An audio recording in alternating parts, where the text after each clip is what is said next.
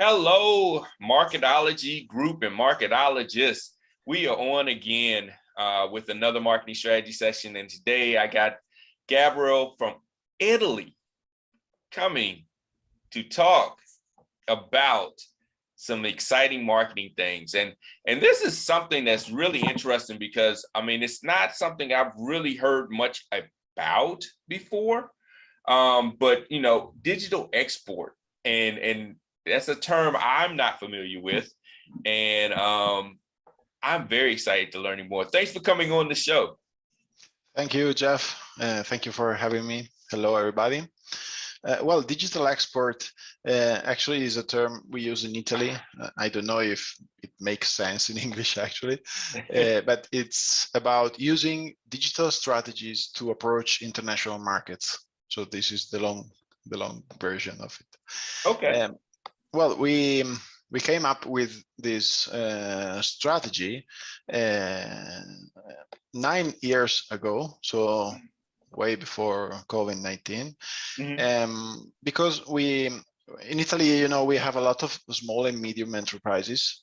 They are the 92% of the companies in Italy. So we do have big companies, but the most of them are small and medium enterprises.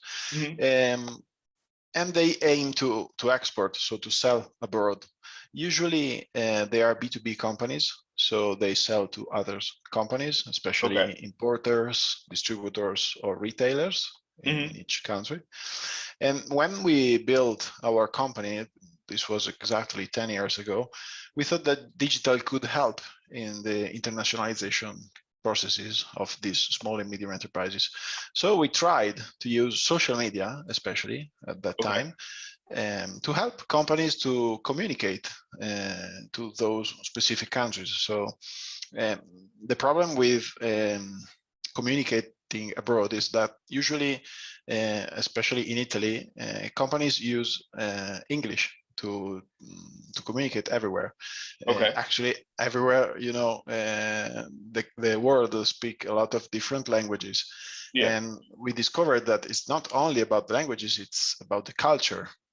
Each country, or even inside each country, there are different cultures. So how do you use social media to communicate in different countries to different cultures to get a business goal, to reach a business goal, which is usually get leads from that market? So we discovered that the content is king, as we already know, and we started to apply a localized content, so written by local copywriters. So if a company from Italy wants to approach the Polish market, for example, we have Polish copywriters. They write the content specifically for that country, and we reach the goal. So actually, with these strategies, companies usually get from 3 to 30. I know it's a wide number, but from 3 to 30 contacts each quarter. And they are contacts of lead saying, okay, I know what you are selling, I'm interested in, let's talk about it. So it's a strategy, a set of strategy that works. And actually, in these 9 years, we are leading the way, at least in Italy, about this kind of strategies. And there were several changes, of course, also because social media, they transformed themselves from social to media. So now social media are more similar to a television than a social environment, at least if you are a company. So you need to pay so that your content is seen, because if you just go with organic content, only your small community will see it. If you go with advertising, of course, you can reach a bigger audience. So now we are more focused on advertising, which is our social advertising or search engine advertising. But still we are getting the results. And of course, with the pandemic, everyone wanted to better understand this kind of strategies, because there are no exhibitions, at least in Italy. They are starting again now in these days. So we had 1.5 years without exhibitions. So B2B companies needed to find another way to get in touch with their leads. Okay. So this is a little bit more than just having something translated, like it's written and then you use a translator to translate to different languages.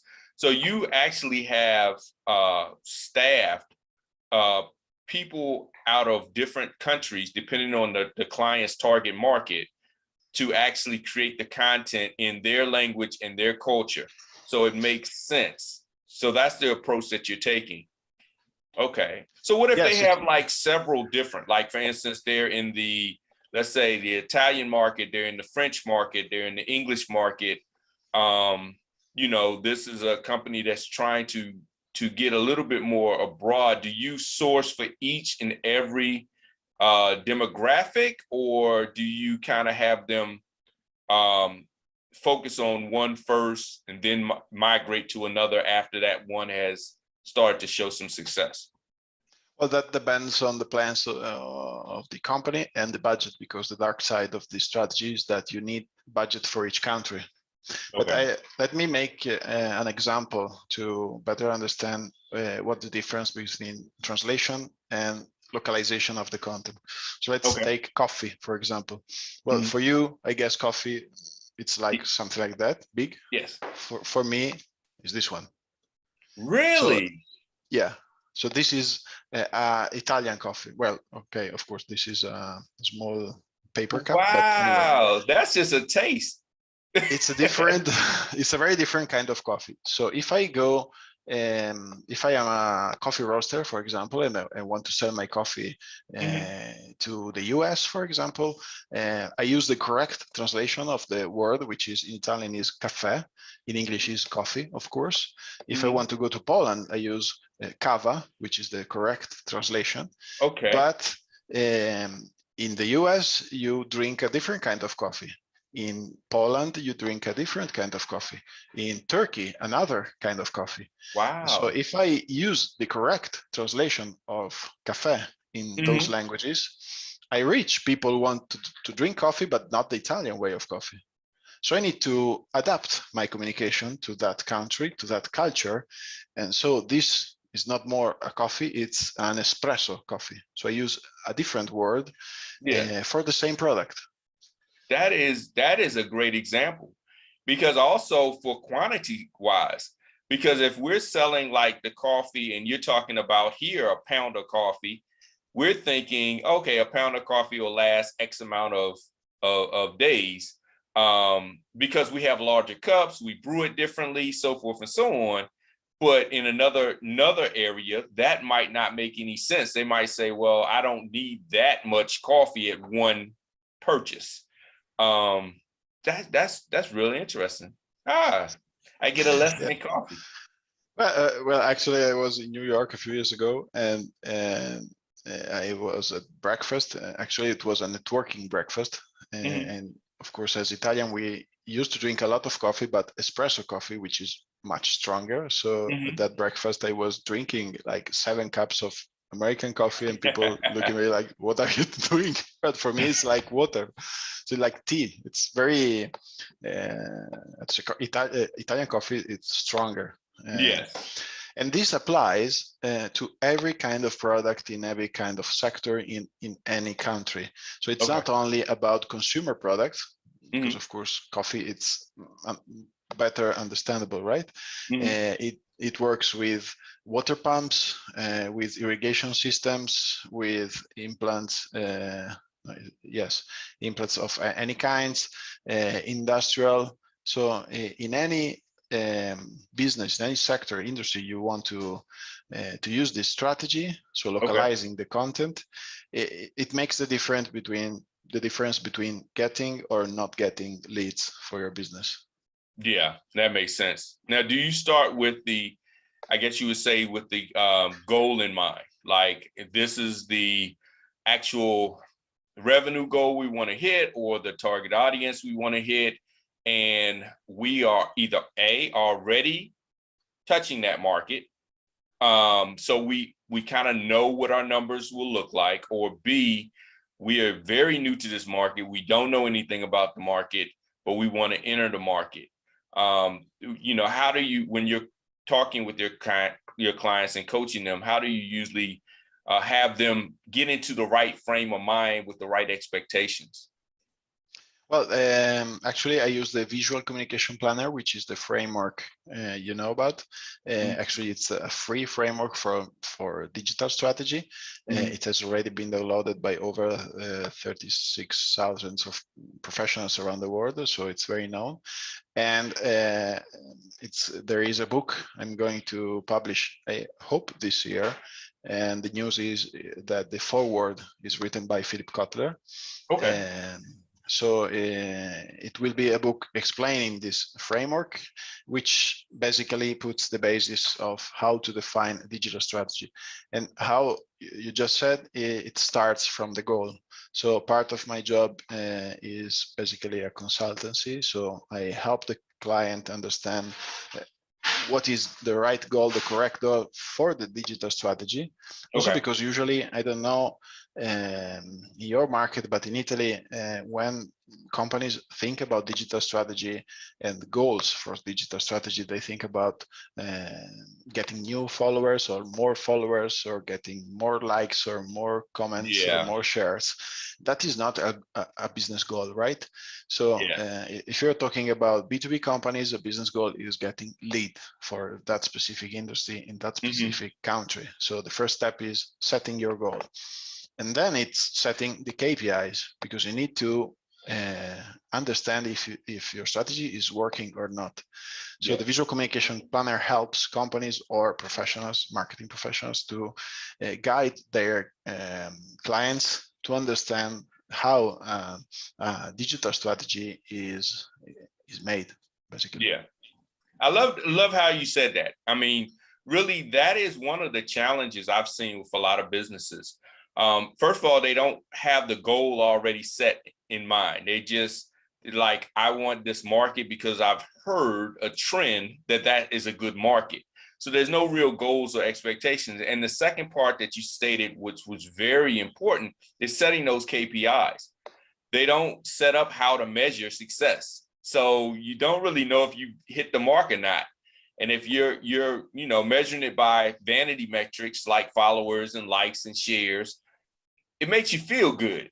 But at the end of the day, business-wise, you're not really meeting the real goal. It just makes you feel good and the numbers look good, or maybe they don't look good. But the thing is, like you said, you're setting, this is what we're trying to hit. Here's how we measure it. And that's up front, not while it's in progress. Now we have to say, well, we have 100,000 likes. How many of them converted? Well, I don't know. We haven't set up how to measure a conversion. Exactly. Like what we just talked about with Twitch. It's like, how is Twitch converting? Well, Twitch really doesn't have a pixel. So it's kind of hard to say, unless you're just doing Twitch and nothing else, how well Twitch did for you. So yeah, that's very important. I'm glad you mentioned that. And actually, social media, or anyway, the internet in general, is becoming a big advertising space. That is bad because companies need to have budget for advertising, but it's also good in some way because you can test the channel, different channels. You can put 3 months budget for advertising on Facebook or Google or LinkedIn. And if you have a goal and if you have the KPIs, you will measure those 3 months and you know exactly if the channel is good for you or not. Yeah. And then with the way you approach it, you also segment it by the location that you're targeting. So you'll say, okay, we're going to do some Facebook ads for 3 months. We'll take a quarter and do Facebook ads, but you want to hit the Poland market and you want to hit the Italian market. Okay, so we're going to split test that and see how it performs. And yeah, so that adds another layer on top of it to say, well, Facebook may work in, let's say, the Italian market, but for the Polish market, it doesn't really do anything. And so that might not be the platform to leverage. And it's interesting because a lot of companies that I've seen want to do one size fits all. Like, we just want to do Facebook ads across everything and the same way in every single market. So it's the same, pretty much same ad, just let's just run it across the world globally. And with that, what you're saying is that approach may not work as well, being the different cultures, the different, language barriers, those type of things. Just because you have a translator tool, switch it in grammatical translation, you're missing the context. Exactly. And so if we go back to the coffee example, in Italy, everyone knows what espresso coffee is. So for a coffee roaster, the main target are bars. Our bars are for breakfast and for a coffee break. Oh, okay. So more than an afternoon or an evening parties. So bars are for breakfast early in the morning or coffee after Wow. lunch. So we have pubs for alcohol, for example. So bartenders know what a coffee espresso coffee is, what a cappuccino is. There are several recipes we do. Okay. So the company, a coffee roaster approaching an Italian potential customer, they do not communicate a lot of stuff because it's in our culture. So we know this kind of coffee. Once you go abroad, you need to explain all of this. And if you translate what you have written for the Italian market, then you miss a lot of stuff that you need to communicate. Wow. And that's very interesting because you're right. With us, bars is an evening alcoholic experience. And we wouldn't even think to address a bartender with, with a coffee idea. An espresso for us is more like a shot of espresso poured into that big cup of coffee. So it's not the same. So yeah, that would make a huge difference if we were marketing it the way we understand bars and the way we understand coffees in other areas, other cultures. We would miss the boat completely. Exactly. And this, again, it's true for any kind of business. So not only for B2C, but also for B2B companies. How much research do you usually set as far as expectation wise? I mean, do you do like, look, the first month we need to research the market and then we can get started with the plan? Or is it something that you kind of research as you go? I know with marketing it's test and retry, but setting that expectation is so huge. So how much research lead time do you usually have allotted into your plan? Well, we can split into that research. So there is a business research. So the company needs to understand what's the business target in that country. Okay. And we do not do that. So we pretend the company already has done that, or we have partners, friends who do the stuff. So the company knows exactly, for example, again, the coffee roaster, they know that in Italy they sell to bars, so retailers, and they need in Poland to sell to distributors, for example, or in Russia, they need importers. So they need to do that already. So they should have already that research. Then, and this is actually today a small part, we research only for the platform. And to be honest, in most part of the world, we use the same platforms, which are almost always Google advertising, Google ads, and LinkedIn ads. So these are the two main platforms we use. Also because we focus only on B2B companies. So we don't work with B2C companies. Of course, if you work with B2C companies or B2M companies, so those communicating to the mass, of course, you need to understand and research for more specific channels, for example, Pinterest or Instagram or TikTok in some cases. Yeah. Now, have you used the Microsoft advertising platform in conjunction with LinkedIn? I know they just started doing that about a year ago. That now Microsoft has acquired, LinkedIn, and they've integrated the marketing. Have you leveraged the new Microsoft ad platform? No, actually not. To be honest, it's also about budget. So usually small B2B companies, they don't have super big budgets. So if we have extra budget, we try different channels. For example, in Russia, you can use Yandex and also Google. Really? Yandex is still around? Yeah, it's still like 50, more or less 50%. I think this year or last year, Google overcame Yandex, but it's a small percentage, so they are more or less 50-50. Okay. And also, depending on the target, maybe you want to go to on Google Ads or Yandex Ads. Okay. So if the company has more budget, we can do both. If not, Mhm. we usually pick Google as a preferred channel.